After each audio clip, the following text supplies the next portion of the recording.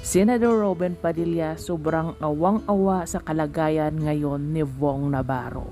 Dito kasi sa programa ni Christopher Fermin na Showbiz Now na napag-usapan nila na itong si Vong Navarro ay nakakaawa yung sitwasyon at ito ngang si Senador Robin Padilla ay awang-awa dito sa kalagayan ni Vong Navarro kasi nga naman naranasan na nakulong itong si Robin Padilla doon sa piitan at dito'y napakahirap ng kanyang kalagayan. Ayon nga dito kay Christopher Fermin, sinabi ni Robin Padilla na kakausapin niya daw itong si Vong Navarro kasi nga alam niya at nararamdaman niya yung sitwasyon ngayon ni Vong Navarro at ayon nga kay Robin Padilla noon, napakahirap ng kanyang sitwasyon.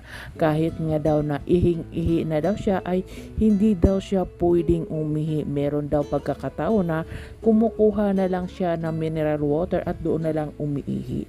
Mahirap daw yung sitwasyon doon sa kulungan kasi nga napakarami ng mga taong nakakulong doon. Siksikan sila doon. Ayon nga pa nga kay Christopher Fermin, sinabi ni Robin Padilla na mahirap na gumalaw pag ikaw ay natutulog kasi pag gumalaw ka daw ay baka mawalan ka ng pwesto kasi nga siksikan yung mga tao doon. At ganun pa man ay nababahala sila o nag-alala sila sa kalagayan ni Vong Navarro kasi nga sa naranasan ni Robin Padilla na yung mga taong nagmamahal at mga fans sa kanya nang dahil nga sa kanyang pagkabilanggo ay medyo dumistansya na yung mga tao, pero ganun pa man ay lilipas din yung mga issue na yan, kagaya na lang dito kay Robin Padilla na isang tinawag na notorious doon sa loob ng kulungan, pero ngayon tingnan nyo kung ano na yung narating ni Robin Padilla. Isa na siyang tinitingala ng mga tao. Bumalik ng muli ang pagmamahal ng mga tao sa kanya at isa na siyang senador ng bansa. Kaya sabi nila dito kay Vong Navarro, kapit lang, wag mawala ng pag-asa kasi nga lilipas din yung mga pagsubok sa iyo. Kung ano man yung mga naranasan at naramdaman niya ngayon, hayaan mo lang na lilipas din yung panahon at yung mga fans mo kung totoong mahal ka nila at iniidolo ay babalik at hindi ka nila iiwan. Kaya magtiwala ka lang, Vong, gaya ng sabi ni Robin Padilla, hayaan mo na yung mga tao, darating ang araw na makakalimutan din nila yung mga nangyari. Basta wag kang bibitaw at wag kang magbago. Gawin mong maging inspirasyon itong si Robin Padilla na isa noong notorious na tinatawag sa kulungan, pero nakapagawa pa siya ng isang pelikula ayon kay Christopher Fermin sa loob mismo ng kulungan at naging blockbuster daw yun yung pelikula na ginawa ni Robin Padilla at nang dahil doon ay bumalik muli yung pagmamahal ng mga tao sa kanya.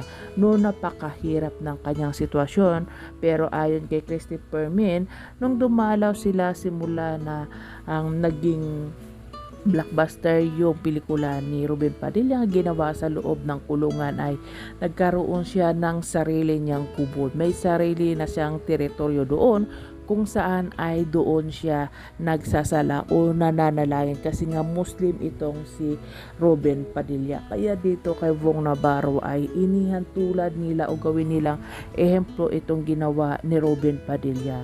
Lahat ng problema ay may solusyon, basta wag lang bibitaw at maging matatag ka lang, Vong Navarro, kasi nga maraming nagmamahal at sumusuporta sa iyo. Napakahirap ngayon kasi nga mag-isa ka lang na humaharap sa laban ng yung problema, pero darating yung araw mapapatunayan din na wala kang kasalanan. Kung totoong wala kang kasalanan ay wala namang problema. Kaya sana nga lang ay mapagbigyan yung hiling ni Bong Navarro na makapagpiyansa man lang o makalaya pansamantala para makasama niya naman ang kanyang mga mahal sa buhay at ang kanyang mga anak sa darating na Pasko at Bagong Taon. Yun lang naman talaga yung hinihiling ni Bong Navarro at yung kampo niya para naman makapag-relax yung utak niya, kasi alam natin lahat ngayon na problemado itong si Bong Navarro at kitang-kita natin sa kanyang sitwasyon na payat siya, gaya nga ng sabi ni Christopher Min, yung wala ng luhang iluluha pa si Bong Navarro. Ubos na yung kanyang luha kasi nga panay yung iyak ni Bong Navarro, kasi nga ilang buwan na nakaraan na hanggang ngayon ay nakakulong pa rin siya. Yung kunting pag-asa na gusto niyang makalaya o makasama yung kanyang pamilya ay hindi siya napagbigyan. Sana man ay matulungan siya ni Robin Padilla sa kanyang kaso at makapagpiyansa kahit sandali lang man lang at makasama yung kanyang mga mahal sa buhay. Yun lang naman ang hiling ni Bong Navarro at ng kampo niya.